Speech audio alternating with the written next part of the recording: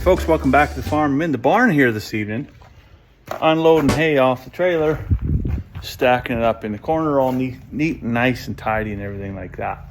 Now, previous years, I've hauled square bales with the stock trailer. It's nice and low to the ground, everything's covered. If there's any kind of rain or whatever the next day and I don't get it unloaded, it's under cover and it's great. But the stock trailer got ran into, so it's out of commission. The only other trailer I really had, I didn't want to take the flat deck because then there's all kinds of stuff with load securement and going down the road, and who has time for that? And then it's not weather secure. So I took the big dump trailer, right? Well, that's fantastic, right? I can haul a pile of hay in there.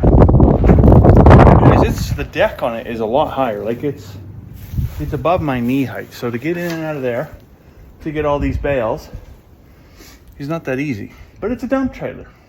So I'm going to tilt the deck all the way up here, and we're going to see if we can get those bales to just slide down to the gate, and I'll take off that row and then tip it up again and get the bales to slide down to the gate. We'll just, either it's going to work and this is going to be amazing, or it's not going to work at all, and tomorrow morning I'm going to have a sore knee.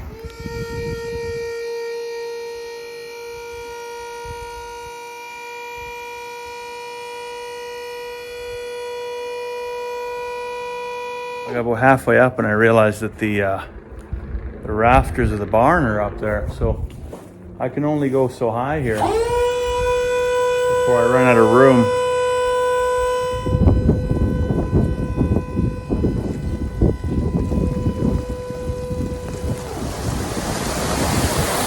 So careful when you do that, because it comes right off the jack. So we're going to come down nice and slow. Get that board back under there. It did work. It did work. All the bales slid forward, and I won't have to climb in there. But that got just a little bit scary. I'm gonna have to do that. I'm gonna have to do that just a touch more carefully. Be very cognizant of where I'm standing.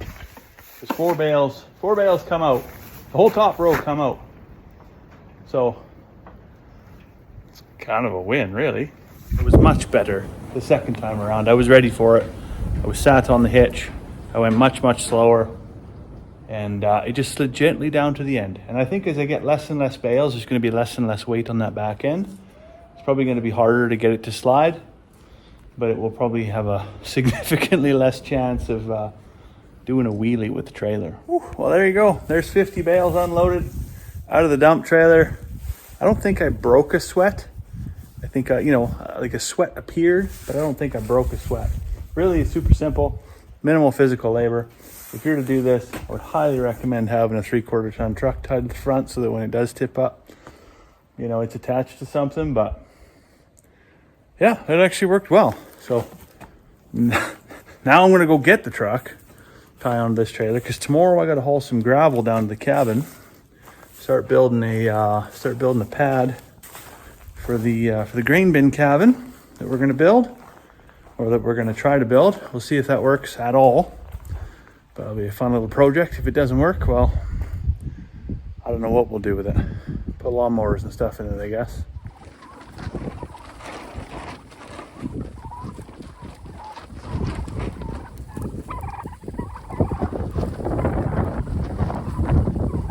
So now the wind's starting to die down a little bit, I can explain what that was all about. So now that we're all done unloading hay, I moved the turkeys from over at the garden.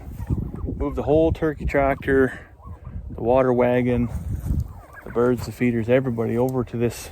It's kind of like a downslope. It runs down a hill and over towards the neighbor's place, but there's lots of alfalfa still in here. So when we made the yard site, we brought in the big heavy breaking disc and broke everything up. This half of the yard still has quite a bit of alfalfa, actually. And so, I mean, why mow it? Why mow it? The rams over there, they still got lots of grass. So they're not going to come over here probably all summer. So we might as well let the turkeys clean it up.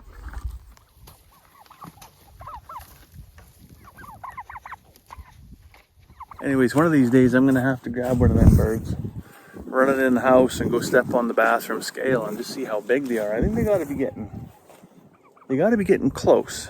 Like if they get much bigger, we might be struggling to find freezer space for them. I wasn't really sure if that was going to work or not, because the last batch of turkeys we had, they all died. Now none of them have died, and we don't have enough freezer space. So what I think I'm going to end up doing is cutting them up and grinding a bunch and making like turkey burger, because my wife uses that quite a bit for meatballs or whatever, healthy options kind of stuff. So there'll be nothing wrong with that. Anyways, just as I make my way up towards the house, I thought this stretch of grass right here was really interesting. You can see, so right at the top where it's a little bit rougher up there, that's where the chicks came out of the chicken brooder, went into the tractor and made their way down the hill, and they've ended up over here.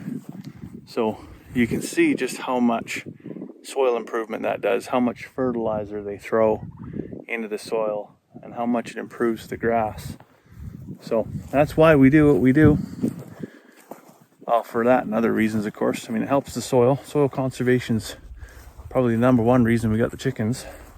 And the number two reason is they are delicious. And on that note, I think I'm ready for a cup of tea and a little bit of something for supper here. So I'm going to let you go. I hope you have a fantastic evening. We'll see you tomorrow.